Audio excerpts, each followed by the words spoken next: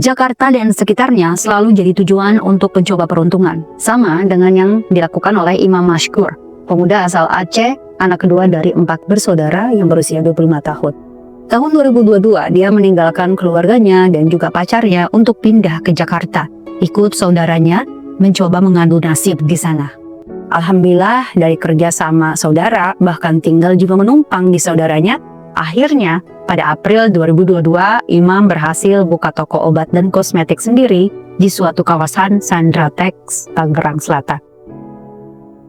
12 Agustus 2023 sore hari, Imam Mashkur harusnya lagi standby sambil melayani pembeli dengan tenang. Tapi hari itu beda, dia tiba-tiba diringkus oleh 3 orang tegap yang ngaku sebagai anggota kepolisian. Hal itu terjadi perkara Imam ketahuan jual obat dari daftar G dan Imam keget waktu salah satu dari mereka pura-pura mau beli. Gak ada yang bisa nolong Imam waktu itu. Orang yang tadinya mau nolong Imam juga malah diancam kalau mereka bakal ada masalah sama anggota. Orang itu menunjukkan map berisi surat tugas kalau mereka bekerja berdasarkan surat itu karena Imam menjual obat terlarang. Uang Imam di kasir toko diambil dan beberapa daftar obat juga diambil dari toko Imam. Imam harus pasrah, dibawa ke mobil Innova dengan tangan di depan diikat besi bulat. Di dalam mobil, Imam melihat ada 1 orang lagi yang sedang duduk. Di mobil, Imam diminta menutup matanya dengan kaos yang ia pakai. Hari yang biasanya tentram ditutup dengan menghitung omset, tapi hari itu Imam deg-degan bukan main. Dia takut akan nasibnya. Setelah semua pada posisinya, mobil itu jalan ke arah yang Imam gak tahu karena Imam sibuk merasakan rasa sakit dan gempuran dari tangan, kaki, bahkan kantong yang membabi buta mendarat di tubuhnya. Gak cukup digempur, Imam diinterogasi dan digeledah. Jam tangan, 2 handphone dipreteli, lalu orang yang sempat Imam lihat ada di mobil minta Imam memberitahu password HP dan password M-Banking. Gak ada pilihan lain dong selain Imam memberitahu mereka. Mereka minta disediakan uang 30 juta kalau Imam mau dilepaskan. Imam mengaduh, mohon ampun, juga mengatakan kalau dia nggak punya uang. Tidak ada uang bang, saya orang susah. Imam mencoba menelpon saudaranya Said Sulaiman. Tapi Said pun bingung, dia nggak punya uang sebanyak itu. Dan dia bingung harus mencari kemana uang sebanyak 30 juta. Semua itu terjadi di tengah mobil masih jalan. Karena lelah, mereka mutusin untuk istirahat dulu di Indomaret Pasar Minggu jam 5.40 sore hari. Tapi Imam gak dibawa istirahat. Dia tetap di mobil di jok belakang dengan tangan dibelenggu dan mata ditutup kaos. Sebelum lanjut, kita bahas dulu nih sekilas satu persatu orang yang terlibat dan bagaimana kegiatan itu berawal. Kegiatan atau razia yang baru tadi diceritakan di atas adalah dilakukan oleh 3 orang dari instansi hijau atau TNI. Dan 1 orang dari sipil yang bekerja sebagai security. Mereka mengaku bekerja atas dasar surat tugas dari instansi coklat atau kepolisian. Sudah barang tentu kegiatan ini dilakukan dengan surat yang tidak asli alias akal-akalan. Pertama ada Rizwandi Manik, pria kelahiran 1994, seorang anggota TNI yang bertugas sebagai Paspampres. Orang kedua adalah teman dekat Rizwandi, namanya Heri Sandi, kelahiran 1992, yang juga anggota.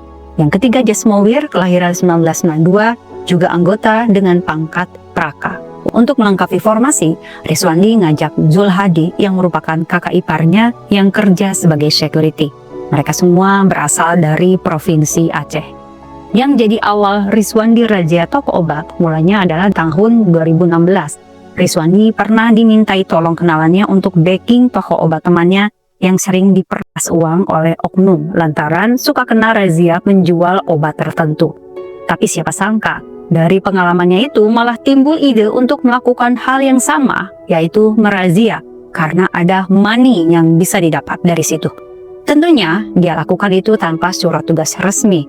Rizwandi ngumpulin temannya yang bisa seide sejalan, dan terpilihlah Heri Sandi. April 2022 sampai Agustus 2022, Rizwandi berdua saja sama Heri melakukan razia. Barulah Jasmowir bergabung di bulan Oktober 2022. Total belasan toko dengan money sekitar 53 juta sudah mereka kumpulkan dan mereka pakai untuk kebutuhan mereka. Biasanya mereka bakal janjian dulu, nyamain hari libur mereka berempat. Di bulan Agustus 2023, ketika jadwal libur udah kompak dan bisa disetting barengan, nah 11 Agustus, Rizwandi di-calling Harry untuk razia keesokan paginya 12 Agustus 2023. Padahal di tanggal itu Rizwandi udah janjian sama istri mau jalan-jalan. Terpaksalah jadwal jalan-jalan dengan istri dan keluarga digeser di hari Minggu. Walaupun istri Rizwandi cemberut dan nangis karena kecewa. Long story short, setelah Rizwandi juga calling Zuhadi, Jos Mobil juga gabung dan mobil rental pun sudah dipesan Harry. Pagi 12 Agustus 2023, setelah jemput Rizwandi di rumah dinasnya di Gunung Putri Cikeas, Bogor, mereka bersama-sama naik mobil Innova abu-abu. Agar saat razia looknya meyakinkan, Rizwandi berangkat dengan celana taktikal warna hitam, kaos kerah berwarna biru dongker, sambil membawa rompi warna hitam dan mengantongi satu sajam berwarna hitam. Juga ada 3 buah belenggu besi dan 2 HT warna hitam. Mereka lalu menuju ke kota Tangerang, Banten, keluar di pintu tol Ciputat. Setelah berputar-putar jam 4 sore, Zuhadi melihat lokasi toko obat yang dicurigai di Jalan Insinyur Juanda, Kelurahan Rempoa, Kecamatan Ciputat Timur, Kota Tangerang Selatan. Mereka kemudian parkir dengan jarak sekitar 10 meter dari toko yang sedang dijaga oleh seorang pria bernama Imam Maskur. Dan terjadilah Imam diringkus seperti yang diceritakan di awal. Balik lagi ke situasi di mana mereka berempat sedang beristirahat di Indomaret dan Imam meringkuk di belakang mobil dengan lubang di tubuhnya. Zuhadi mengajak ke toko obat lain. Berlima dengan Imam di belakang mobil, mereka menuju Jalan Olahraga 1 Condet, Jakarta Timur. Setelah parkir, Imam disuruh pindah ke belakang mobil dengan kondisi masih dibelenggu besi dan mata ditutup dengan kaosnya serta dijagai oleh Zuhadi. Sama seperti Iman, pemilik toko obat bernama Haidar juga diringkus setelah mengatakan dia menjual TM. Ketika Rizwandi pura-pura mencari barang itu, Haidar terpaksa ikut karena mereka cukup meyakinkan kalau itu adalah razia oleh petugas dari sebuah instansi. Mereka geledah toko obat Haidar, mengambil obat-obatan yang ada, menggasak dompet, 2 HP, dan uang senilai 2,5 juta. Beda dengan Imam, Haidar diperlakukan sedikit lebih baik. Artinya tangannya nggak dibelenggu besi karena Haidar tidak melawan. Haidar kemudian dimasukkan ke dalam mobil, duduk di tengah, diapit, matanya pun ditutup dengan baju yang dipakainya. Dan modus pun dimulai. Zuhadi minta Haidar diberitahukan PIN HP dan PIN M-Banking. Haidar pun menurut aja, dia nggak ada pilihan lain. Rizwandi lalu menggertak Haidar karena Haidar udah ketahuan jual obat ilegal. Kamu mau dibawa ke kantor? Apa di sini aja? Ke kantor aja. Itu di belakang kamu ada kawan kamu satu lagi. Dia katanya mau di sini aja. Wow, ternyata ada yang senasib sama aku. Mungkin itu pikir Haidar. Dia jadi diem dan gak tahu harus ngomong apa. Haidar lalu dipindahkan ke belakang, ganti sama Imam yang dipindah ke jok tengah. Kondisi Imam sebenarnya udah kepayahan. Dia kehausan dan meminta minum.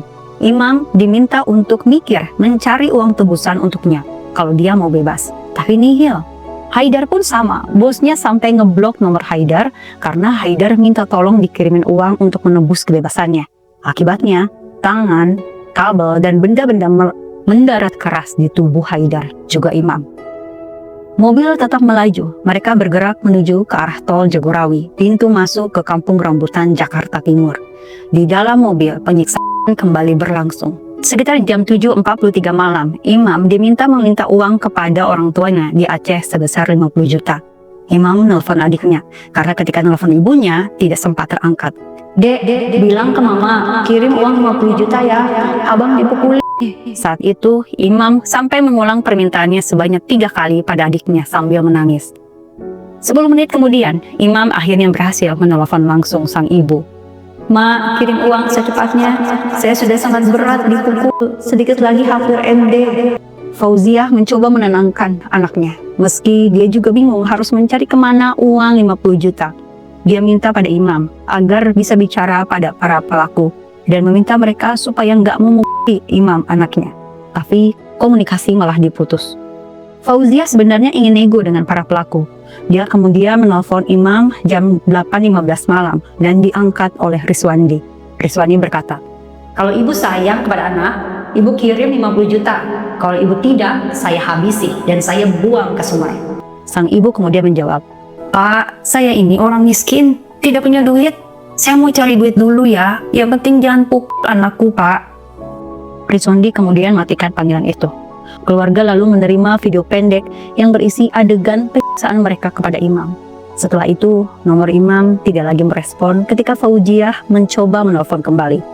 Imam kemudian dipindahkan ke jok belakang bersama Haidar. Sudah semalam itu, dan mereka belum punya tebusan apapun selain barang rampasan dan uang dari kedua tokoh. Rada kesal juga, tapi fokus mereka harus berubah ketika Imam mulai menunjukkan kondisi tubuh tidak stabil. Dia melemah, sempat meminta minum, dan Jasmawir memberikan Imam minum. Belenggu besi pun dilepas, dan penutup mata pun dibuka. Mungkin di saat itu, Imam baru melihat sosok lain yang senasib dengan dirinya. Imam lalu berkata lagi, "Bang, jantungku berdetak kencang." Imam sesak nafas dan terdengar seperti ngorok sambil meronta seperti orang kerasukan. Dan beberapa saat kemudian, Imam Maskur tertelungkup di lantai mobil dan terdiam. Jasmawir minta Haidar cek tanda-tanda kehidupan pada Imam, tapi Haidar menjawab sudah tidak ada. Rizwandi nggak percaya. Tapi Jasmawir lalu memastikan sendiri dan dia dapati denyut hidup Imam memang sudah nihil. Kakinya pun dingin. Tiba-tiba ada PR besar nih. Ada PR baru buat mereka. Imam sudah tidak bernyawa. Uang belum ada yang masuk. Lalu bagaimana mereka menghapus itu tanpa jejak? Rizwandi lalu mematikan 2 HP Imam. Lalu dia juga mencari lokasi area tertentu di Google Maps sebagai tempat pembuangan jasad. Haidar pun diturunkan di jalan tol Jatikarya Cimanggis dalam keadaan baklur. Tapi dia masih sempat selamat dan bisa kembali ke rumah setelah meminta tolong dicarikan ojek ke petugas tol. Sementara itu di dalam mobil, mereka sudah bulat akan membuang jasad Imam di area Jonggol. Mereka beli dulu sarung tangan di apotik 24 jam. Di jalan, mereka buang 4 handphone milik Imam dan Haidar, alat-alat kekerasan yang mereka pakai pun dibuang. Dan setelah tiba di sebuah jembatan di area Purwakarta, mereka angkut jasad Imam keluar dari mobil dan melemparkannya ke sungai. Setelah itu, mereka kembali ke Jakarta, mengembalikan mobil rental yang sudah dicuci terlebih dahulu, kembali ke rumah masing-masing seakan tidak ada yang terjadi. Operasi hari itu tidak membuahkan hasil seperti biasa. Handphone korban yang biasa dijual pun mereka buang karena ingin menutupi jejak. Mereka berharap tak ada jejak yang terendus yang mengarah ke mereka. Tapi tentu tidak semudah itu. Saat komunikasi terputus dengan Imam dan para pelaku, keluarga Imam sebenarnya sudah kasakusuk cari pinjaman dan mereka berhasil pinjam pada seorang pengusaha sawit di Aceh. Tapi mereka bingung karena Imam tidak terjangkau. Mereka jadinya takut ada terjadi sesuatu pada Imam. Maka keluarga minta Said Sulaiman yang ada di Jakarta untuk mencari keberadaan Imam dengan dibekali video penyiksaan Imam. Karena Imam gak kunjung ditemukan, 14 Agustus 2023, Said Sulaiman memutuskan datang ke Ditreskrimum Polda Metro Jaya. Dia membuat laporan hilangnya Imam, disertai dengan ditunjukkan bukti video kekerasan yang Imam alami dan menceritakan pemeriksaan tersebut. Setelah menerima laporan Said dan dilakukan penyelidikan serta pengembangan kasus, ternyata polisi menemukan ada modus yang sama yang diterima laporannya di Polsek Teluk Naga, Tangerang Kota.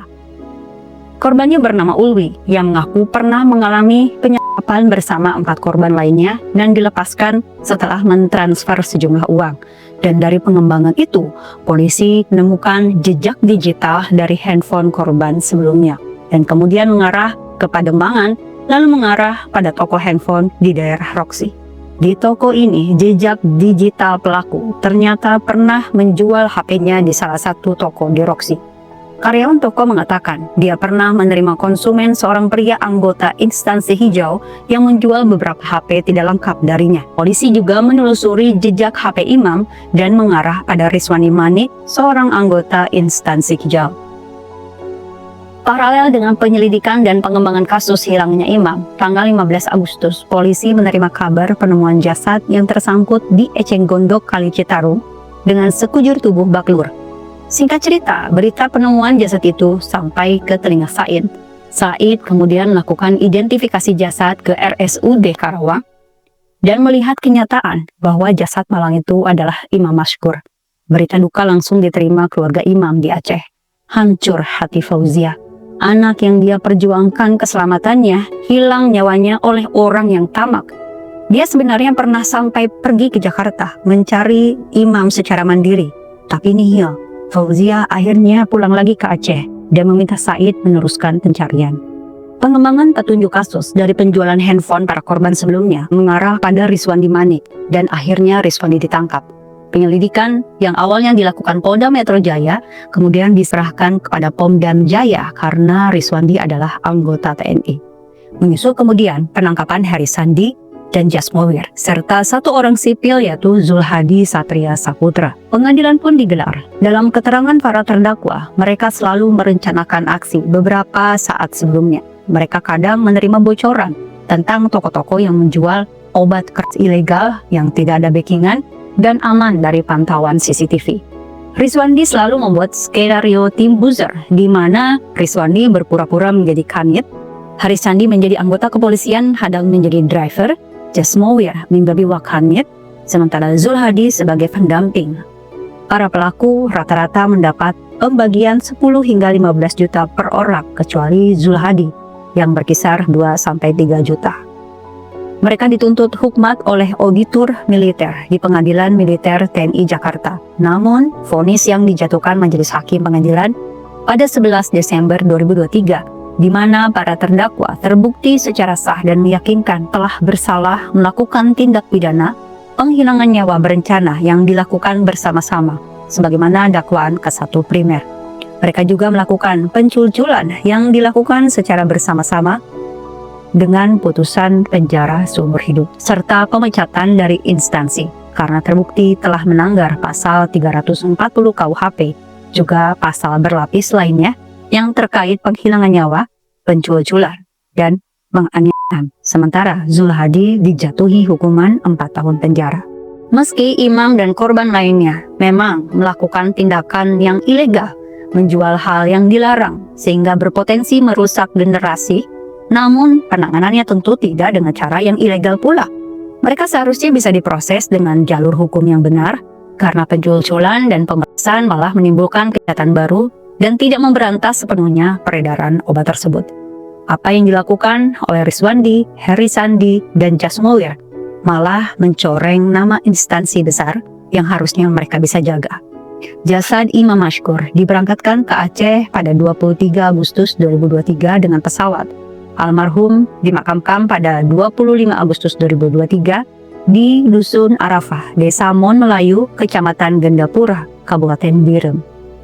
Begitulah kisah Imam Mashkur, seorang pria yang berniat untuk mengadu nasib, namun mungkin telah salah mengambil langkah dengan menjual barang yang tidak seharusnya dan bertemu dengan komplotan yang memanfaatkan kondisi tersebut. Semoga Imam Mashkur tenang di alam sana, keluarga diberikan ketabahan dan kesabaran, dan para pelaku bisa benar-benar menyesali perbuatan mereka. Balik lagi ke video simak nanti, jangan lupa like, komen, dan subscribe.